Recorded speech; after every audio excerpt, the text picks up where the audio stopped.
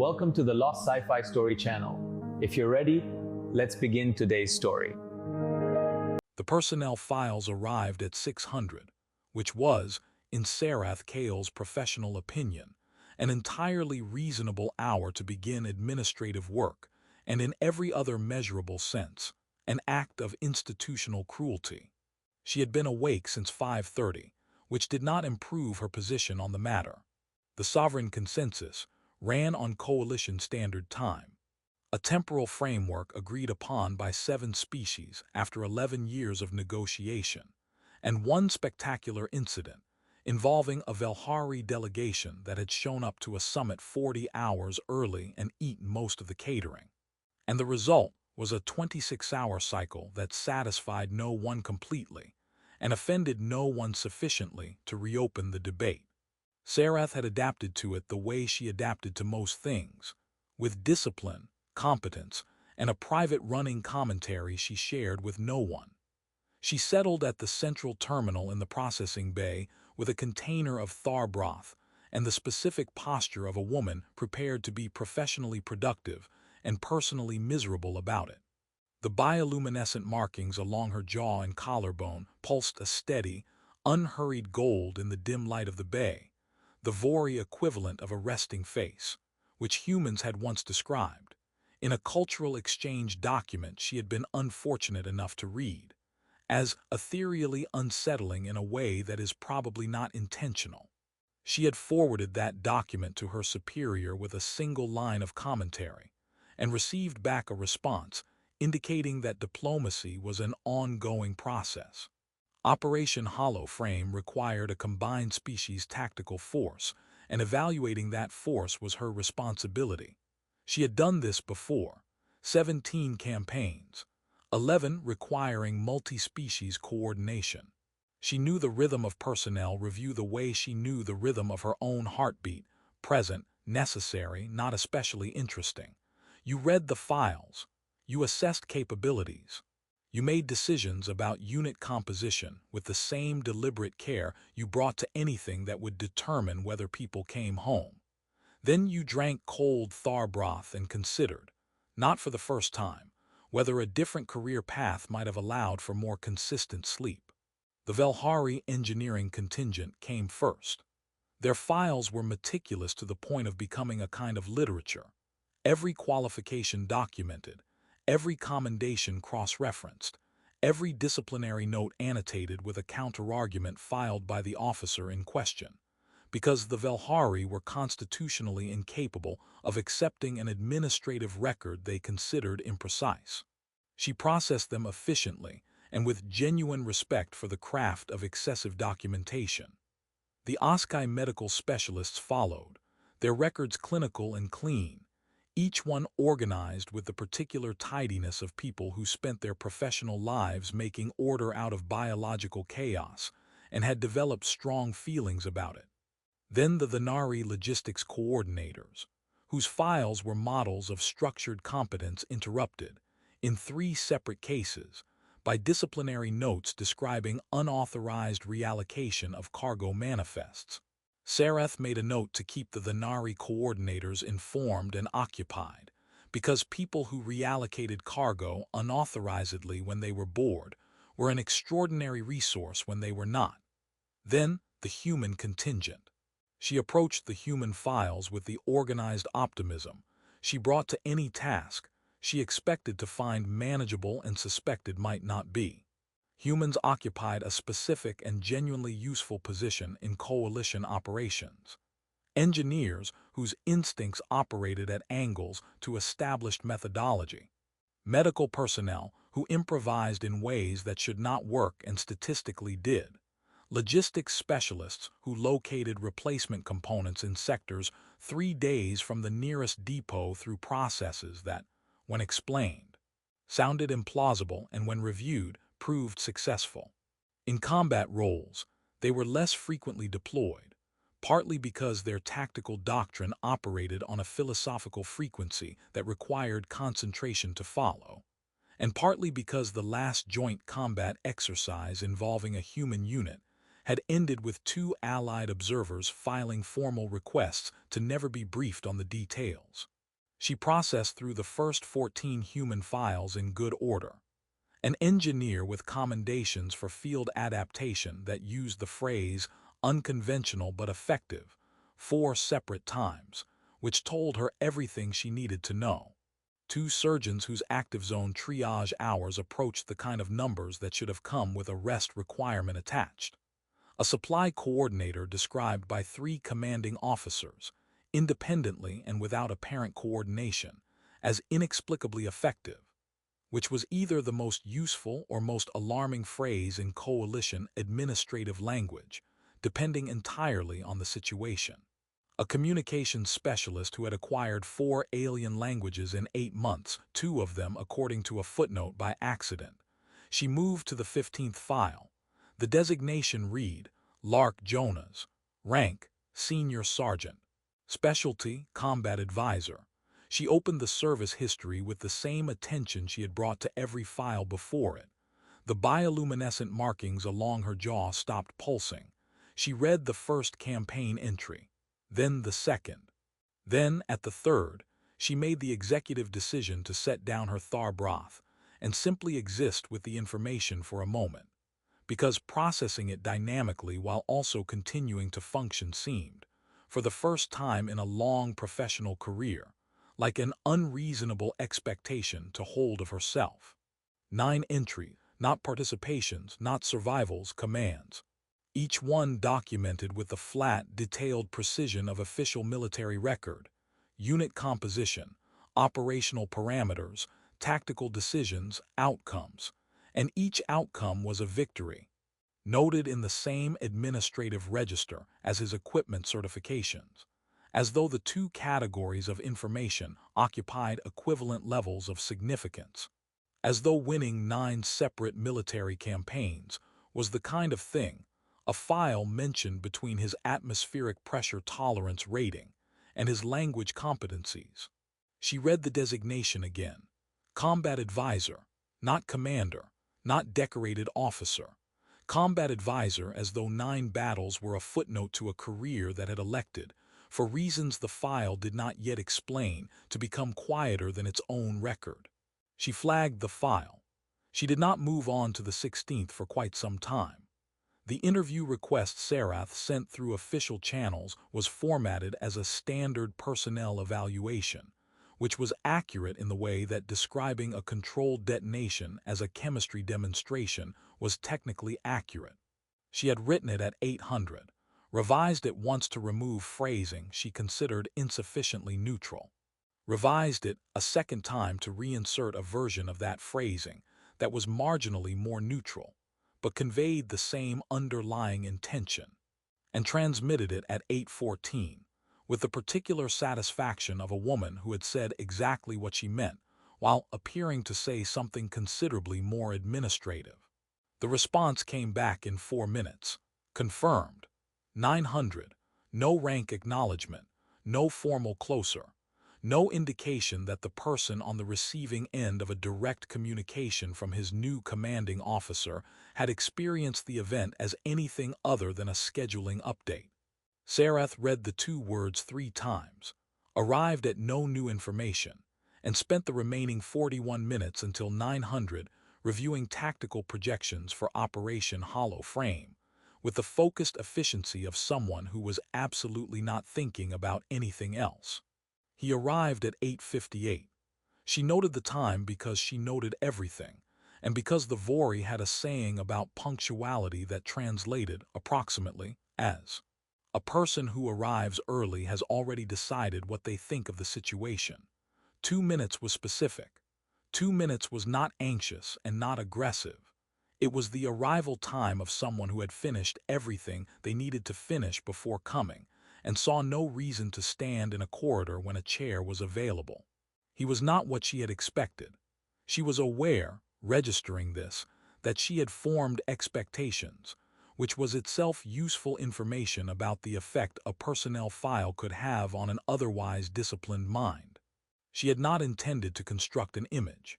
She had constructed one anyway, in the hours between flagging his record and this moment. assembled from 9 campaign victories and a bureaucratic designation that didn't fit them. Something with more physical presence to it, perhaps, or that specific restless energy that serious combat experience sometimes wore on a person like a second uniform. What came through her office door was a man of entirely average height in a regulation uniform that was technically correct in every measurable way, while somehow still managing to look as though it had given up on formality sometime around the 3rd hour of wearing it. With the quiet, attentive bearing of someone who had arrived to assess a minor structural problem and was quietly confident, he already understood which component was at fault. "Senior Sergeant Lark," she said. "Commander Kael," he said, and sat when she gestured to the chair across her desk with the unhurried ease of a man who had been invited to sit in many chairs over many years and had developed no strong feelings about any of them. She had his file open on the terminal to her left. She did not look at it. She had read it 4 times since flagging it and had arrived at the position that reading it a 5th time would tell her nothing the man himself could not clarify or complicate significantly. "Your file documents 9 command-level tactical victories," she said. "Yes," he said. She waited. He appeared to have finished. The silence between them settled like something that had decided to stay, and Jonas Lark inhabited it with the comfortable ease of a person who had made peace with quiet long ago and no longer felt obligated to fill it on behalf of others. Serath, who had interrogated 16 species, and found that the great majority of them became communicative under sustained silence within approximately 90 seconds, revised her estimate of how this interview would proceed. "Your current designation is combat advisor," she said. "Not commanding officer, not tactical specialist, advisor." "I asked to be redesignated," he said, "after 9 victories. After 7, he said, they declined. I asked again after the 8th. They declined again. After 9, they agreed. I think the deciding factor was less the number of victories and more the number of redesignation requests." He paused for a moment. "Institutional patience has limits. I consider that relatably human." The bioluminescent markings along her jaw shifted, involuntarily, from their steady gold to a faint and considering green. She had not experienced the specific physiological event of her own markings changing color as a surprise since she was approximately 12 years old.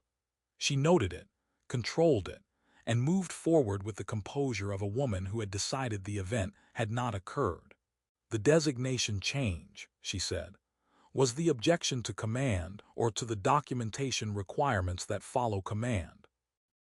He looked at her with his gray, measuring eyes, and something moved through his expression that was not quite a smile. It existed in the same general region as a smile, the way a distant star exists in the same general region as its constellation, present and related but not identical to the thing it resembled. "Both," he said. "Mostly the documentation. The action outcome summaries for operations I was present for and could confirm had occurred seemed like an administrative formality that the universe did not strictly require of me." He considered this. "I understand why the records exist. I understand they're important. I still find writing them approximately as rewarding as describing, in formal prose, the experience of breathing." "And yet you accepted further postings," she said. "You could have separated from service after the 5th campaign with full commendation. After the 9th, separation would have come with public recognition significant enough to make your name known in 3 systems. Retirement," he said, "involves a considerable amount of sitting still in rooms that are not actively interesting." She looked at him across the desk and thought, with the precise and slightly inconvenient clarity that sometimes arrived uninvited to disciplined minds, that she had encountered individuals who minimized their accomplishments from insecurity, and individuals who minimized them from performance, and this was neither of those things. This was a man who had looked at 9 victories and weighed them honestly against his preference for engaged problems over satisfied stillness, and found, without apparent conflict, that the preference won. "You will report to tactical planning at 700 tomorrow," she said. "Your designation will remain combat advisor. Your function will be less advisory than that title implies and considerably more central. If you have concerns about this arrangement, I would prefer to know them now." "No concerns," he said. "You don't want to know the specific scope of the role before confirming." "I'll know at 700, he said, with the serene practicality of a man who saw no productive purpose in worrying about a thing that would resolve itself by morning. He stood, adjusted his uniform with one brief and unhurried motion that improved it marginally, and seemed to satisfy whatever minimum standard he had established for it, and moved toward the door. "Sergeant Lark," she said. He stopped at the threshold. "Who taught you to fight the way your record describes?" she said. It was not the question she had planned to ask. She was aware of this and asked it anyway. He was quiet for a moment, and the quality of his quiet was different from the comfortable silence he had inhabited throughout the rest of the conversation. It had a specific weight to it, the weight of something that had been carried long enough to settle into the structure of a person. Someone who believed the most dangerous thing on any battlefield was a comfortable assumption, he said. I found that to be accurate. And that person, she said, is no longer available for follow-up questions, he said, and left. Serath remained at her desk in the low, humming quiet of her office, and looked at the terminal where his file still sat, open, and thought about a sentence that managed to be both the most concise eulogy and the most precise definition of loss she had heard in a long career of listening carefully to how people described what they had survived. The tactical annex on Deck 7 had been designed by someone with strong convictions about hexagonal tables and the moral authority of low ambient lighting, both of which Serath considered acceptable and neither of which she had chosen. What she had chosen was the seat with the unobstructed sightline to the main strategic display, which she claimed on the first morning of planning sessions by the simple method of sitting in it before anyone else arrived, a technique so elemental it required no justification and admitted no appeal. The rest of the coalition officers arranged themselves around the hexagonal table in the remaining seats, with the careful spatial negotiation of people who understood that the hierarchy of a room is established in its first 10 minutes, and altered only with considerable effort and documentation afterward. Jonas Lark arrived fourth, sat 3 places to her left, and put a ceramic coffee container on the table in front of him with the easy familiarity of a man who had brought it without considering whether it required permission. Because the category of things that required permission had apparently been reviewed and curated at some point in his life, and coffee had not made the final list. Asin Vel, the Velhari tactical analyst who processed information with the relentless precision of a system that had never once experienced the temptation to round a number, watched the ceramic container settle onto the table's surface, and then looked at Serath with an expression that requested, without words, a framework for what he had just observed. Serath gave him a look that provided no framework and suggested he develop one independently, which he accepted with the slightly aggrieved competence of someone accustomed to solving problems he had not created. The first session covered operational parameters, unit deployment sequencing, and the projected engagement windows for the Keithrani forward positions. Serath ran it with the focused efficiency she brought to all planning work, moving through each section with enough speed to demonstrate command and enough deliberateness to ensure comprehension, tracking the rooms understanding the way a navigator tracks a course, adjusting for drift. Colonel Ilana Dreth of the Oskai contingent contributed with frequency and volume, both of which were consistent and high. The Thanari logistics coordinator, a compact and watchful woman named Save Ori who had 3 disciplinary notes in her file and the expression of someone composing a 4th, made precise entries into her data tablet and asked questions that were short, specific, and occasionally the most important question in the room.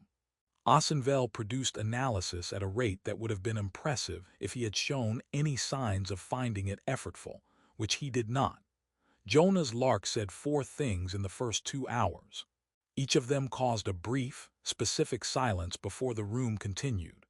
Not the silence of confusion or disagreement, but the silence of recalibration, the particular quiet of a space full of intelligent people adjusting the angle of their understanding by a few degrees, and then resuming forward motion without formally acknowledging the adjustment had occurred. Serath tracked this. She tracked most things in a room she was responsible for, but she tracked this with the additional attention one brings to patterns that are becoming interesting. On the third day, he rotated his coffee cup. She noticed it the way she had begun noticing the specific quality of his silences, not immediately categorizing it, simply storing it with the patient accuracy of someone building a working model of how another person's mind moves through problems. He picked up the cup, held it without drinking, turned it a precise quarter rotation in his hand, set it back. He was looking at the strategic display when he did it, at the projected Keithrani forward position with its relay-dependent communication architecture, and the rotation happened at the exact moment his attention sharpened from general assessment into something more particular. The Keithrani forward position assumes they control the Vethai's relay stations, he said. They do control the Vethai's relay stations, said Colonel Dreth, at her standard volume, which was the volume of someone who had decided that clarity and force of delivery were functionally equivalent virtues. Currently, said Jonas. He did not add anything to this. He returned his attention to his coffee with the serenity of a man who had said the part that mattered and was comfortable allowing the rest to resolve itself in the minds of the people around him, at whatever pace those minds preferred. Serath followed the implication along 3 routes simultaneously, the way she had been trained to follow tactical logic, not sequentially but in parallel, letting the branches develop and collapse until the viable path clarified. It took her approximately 4 seconds, which she considered acceptable and would not have described as slow, though she was aware that Jonah's lark had arrived there considerably earlier and had simply waited, without apparent impatience, for the room to catch up. Pull the Keithrani relay dependency analysis, she said. Full 6-month window, and I want the Phase 2 communication architecture rerouted through the tertiary array before tomorrow's session. Asenvel made notes with the diligent speed of someone who was keeping pace with decisions he had not yet fully traced back to their origin. Save Ori updated her tablet without looking up, which Serath had learned to recognize as the Venari expression of agreement. Colonel Dreth said understood, at a volume appropriate for understanding to be confirmed at considerable range. After the session, in the particular quiet of a room recently vacated by people with significant things to do, Serath remained at the table. Jonas remained also, not assertively, simply not yet absent, which with him always felt like a deliberate category of presence rather than an oversight. You could have traced the full implication for the room, she said. Everyone present had clearance. You got there, he said, in 4 seconds. I've watched you run 3 plannings. She let it pass and returned to what she actually wanted to know. Your tactical instinct, she said. It is not doctrine. I have read the Human Coalition doctrine. What you do in a planning session does not follow from it in any linear way. He considered this with the genuine quality of consideration she had come to recognize in him, not performed, not delayed for effect, simply real. My teacher believed that doctrine is the answer to the last war, he said. Useful the way a map of last year's river is useful, mostly accurate, occasionally catastrophic. He looked at the strategic display, still running its patient projections against the far wall. I try to think about what the other side believes is fixed, the assumptions they've built their architecture on, and then I look for the place where the architecture is load-bearing on something that isn't actually there. The display hummed. Somewhere in the ship's infrastructure, a pressure system cycled through its routine adjustment with a low, felt more than heard resonance that passed through the deck plating and into the soles of her boots. Your teacher, she said. She had asked about this person once before in her office and received an answer that had stayed with her in the way that honest things stay, not loudly, but persistently. "How long did you train with them?" "6 years," he said, "before the first campaign. And they died in the third." "Yes." "Then they saw you win too," she said. He was quiet for a moment. When he spoke, it was with the specific care of someone navigating a truth that has more than one edge. "She saw the first," he said. "She was part of the second. She didn't see the outcome." He paused. "I think she knew how it would resolve. She had that habit, knowing how things would resolve. It was profoundly irritating when I was 23, and considerably more valuable in retrospect." Serath said nothing for a moment, because some things are more accurately honored by silence than by response, and this was one of them. "She sounds," Serath said finally, choosing the word with care, "formidable." "She was the most inconveniently perceptive person I have ever met," Jonas said, and there was something in the way he said it that was simultaneously a complaint and a monument, the kind of description that only exists on the other side of a great deal of time and grief. She would have found this mission interesting. She had strong opinions about Keith-Rani tactical architecture. He picked up his coffee cup, noted that it had been empty for some time, and set it back down with the equanimity of a man who had long since made peace with the coffee being gone, and was simply maintaining the relationship with the container out of habit. She also would have had observations about the hexagonal table. She felt strongly about hexagonal tables. Against them, Serath asked. "Philosophically opposed," he said. She believed a table with no clear head position created the illusion of equal authority while actually distributing confusion. Serath looked at the hexagonal table she had not chosen and had not, until this moment, considered philosophically. "She was not wrong," she said. "She very rarely was," Jonas said. "I found it exhausting at the time. I find it clarifying now." He stood, tucking his empty cup under his arm with the domestic ease of a man tidying after himself in a room that had nothing to do with domesticity. "Same time tomorrow." 700, she said.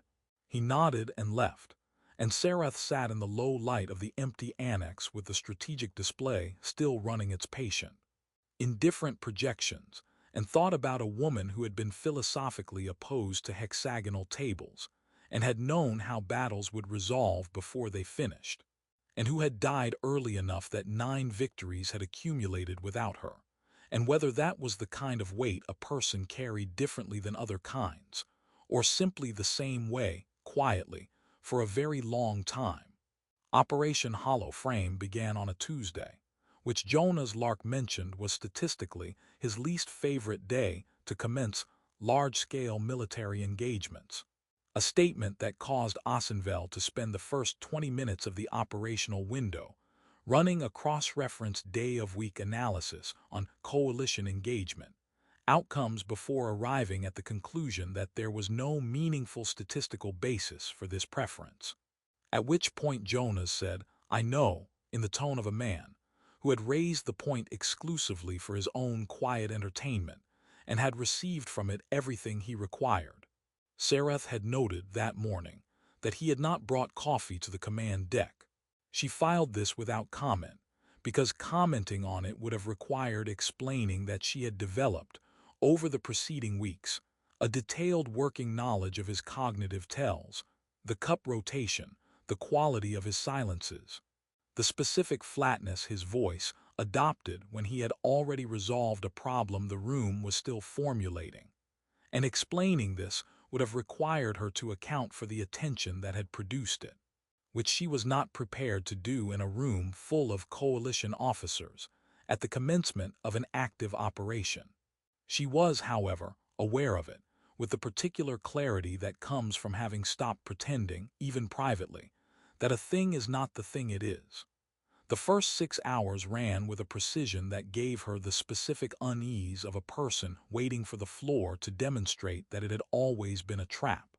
Units advanced along projected vectors. Communication relays held. The Keith-Rani forward element maintained the expected positions with the expected pattern of behavior, which was itself the most suspicious thing about them, because forces that behave exactly as projected have either not noticed you or have noticed you completely, and decided what they would like you to believe. At hour 7, the Keithrani left flank moved. Phase 2 communications are showing interference, said the communications officer, with the professional calm of someone reporting a fact they would very much prefer not to be a fact. Switching to tertiary array, said the secondary operator, with the instinctive efficiency of someone executing a contingency they had trained for and had every procedural justification to execute. Hold, said Jonas. No one turned. Serath had watched this develop across the planning sessions into something that was less a behavioral pattern and more a room's collectively revised understanding of which voices carried weight independent of rank, the specific respect that cannot be assigned or performed, only accumulated, 1 4-second implication at a time. She looked at him. He was watching the display with the total, flat attention she had come to read as his version of urgency, not different in register from his ordinary focus, simply more complete, the way a lens is different from a window not in kind but in degree of concentration. The flank movement isn't the objective, he said. It's the instrument. They need us to switch to the tertiary array because the tertiary array is how they triangulate this position. He paused for exactly the length of time it took to be certain he had the complete shape of it. They built the entire left flank maneuver to produce one instinctive response from one communications officer, following one entirely correct protocol. He looked at her then directly, and there was something in it beyond the tactical, an acknowledgement that the next decision was hers, offered without pressure, which was its own specific form of trust. We go dark, 4 minutes, everything. Let them extend further on a flank that isn't producing the response their architecture requires. We lose contact with every forward unit, she said. Yes. For 4 minutes, every unit in an active engagement operates on the last instructions they received. Yes, which is why the instructions they received need to be sufficient. He said this without apology and without inflation, which was how he said everything that mattered. I spent the last 3 planning sessions making sure they were. She understood then what the absence of coffee had signified. He had known, from the shape of the intelligence available to him, that this moment was probable. He had spent 3 sessions building a plan robust enough to run 4 minutes without a voice at the center of it, and he had said nothing about it because saying it would have required the room to worry about it. And a room that is worrying about a contingency has less capacity for the primary operation. He had managed the information the way he managed everything, with the quiet precision of someone who had decided what was necessary and done it without annotation. She made the decision in the space of a single, even breath. All stations, she said, coalition-wide signal blackout, 4 minutes, mark. The command deck went silent in the specific way of a room full of people making themselves very still inside a very exposed moment. Serath stood with her hands clasped behind her back and watched the display with the composure she had spent a career building into something that did not require effort anymore. That was simply the shape of how she stood when everything was in motion, and the only thing left to do was wait and trust the work. At 4 minutes and 11 seconds, the Keithrani left flank began to withdraw. The withdrawal was not dramatic. It was the tactical equivalent of a sentence ending mid-thought, a movement that had been constructed around an assumption, and when the assumption failed to materialize, had no remaining architecture to stand on. They pulled back to the position Save Ori had pre-addressed on day 2 of planning, a fact that caused Save Ori to make a single entry in her data tablet, with the compressed satisfaction of a person whose disciplinary notes had never adequately captured the quality of their actual professional instincts. Resume standard communications. Phase 3 on her mark. The command deck returned to its productive noise, and Operation Hollow Frame continued with the momentum of a plan that had been built honestly and held under pressure, and come out the other side still recognizable as itself. Serath gave the mark for Phase 3 and felt, beneath the command composure that was genuinely not a performance at this point in her life, something shift in her chest with the quiet permanence of a thing settling into a position it intends to keep. Not triumph. She had won campaigns before, and the feeling of victory had never been this particular shape, because this shape had nothing to do with the campaign. She had spent 17 campaigns moving through a professional world that she was very good at and entirely at home in, and she had done this with the complete and unsentimental efficiency of someone who had made peace, long ago, with the specific loneliness of command. The distance that rank creates and necessity maintains, and no amount of competence closes. She had considered this arrangement accurate and permanent, and if not exactly preferred, at least resolved. Jonas Lark had spent 3 weeks being quietly, comprehensively, and entirely without intention, the most interesting person she had been in proximity to in longer than she was prepared to calculate, and had done this by the method of simply being entirely himself in her presence, and making no particular effort to manage her impression of it, which was, she had concluded, the most disarming thing a person could do to someone whose professional life was built substantially on reading people and maintaining appropriate distance from what she found. After the debrief, in the corridor outside the command deck, she found him waiting not for her specifically, or at least not demonstrably for her. He was standing with his back against the corridor wall, looking at nothing in particular, in the easy way of a man who was comfortable existing in a space without requiring it to provide anything. "The tertiary array," she said. "You worked out the Keith-Ronnie communication strategy before the first planning session." "Before the second," he said. "You let me redirect the Phase 2 architecture in the first session without telling me why." "You redirected it correctly." "I redirected it because you said 2 words and rotated a cup." Something moved through his expression, the thing that lived in the neighborhood of a smile, but had never fully committed to the address. Then, for the first time since she had met him, it did. It was, she observed, a good smile, unhurried, real, the kind that had clearly been formed over a long time by a person who did not deploy it carelessly and therefore had not worn it out. "The cup," he said. "I noticed on the 3rd day," she said. "Quarter rotation. Consistent. You do it when you've resolved something the room is still working toward." He looked at her for a moment with his gray, measuring eyes, and in them she saw something she recognized because she had felt its equivalent, the specific expression of someone who has been seen accurately, without performance or flattery, and is deciding what to do with the experience of it. "My teacher used to say," he said, "that the most dangerous assumption a person can make is that no one is paying attention." She was perceptive, Serath said. Comprehensively, he said. She would have had observations about this conversation. Favorable ones. She would have said it was approximately 12 days overdue, he said. And then she would have been correct about that, and I would have found it irritating, and she would not have cared.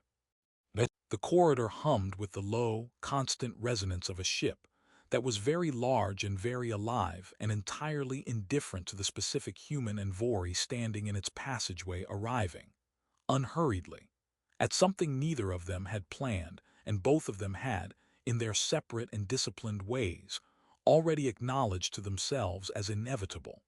"There will be another campaign," she said. "After this one, there is always another campaign." "I know," he said. "I intend to recommend your designation be changed," she said, "formally, with documentation, which you will be required to file." "That," said Jonas Lark, "is the most aggressive thing you have said to me since we met." "I thought you should know what you're agreeing to," she said. "I haven't agreed to anything yet," he said. "No," she said, "but you're going to." He looked at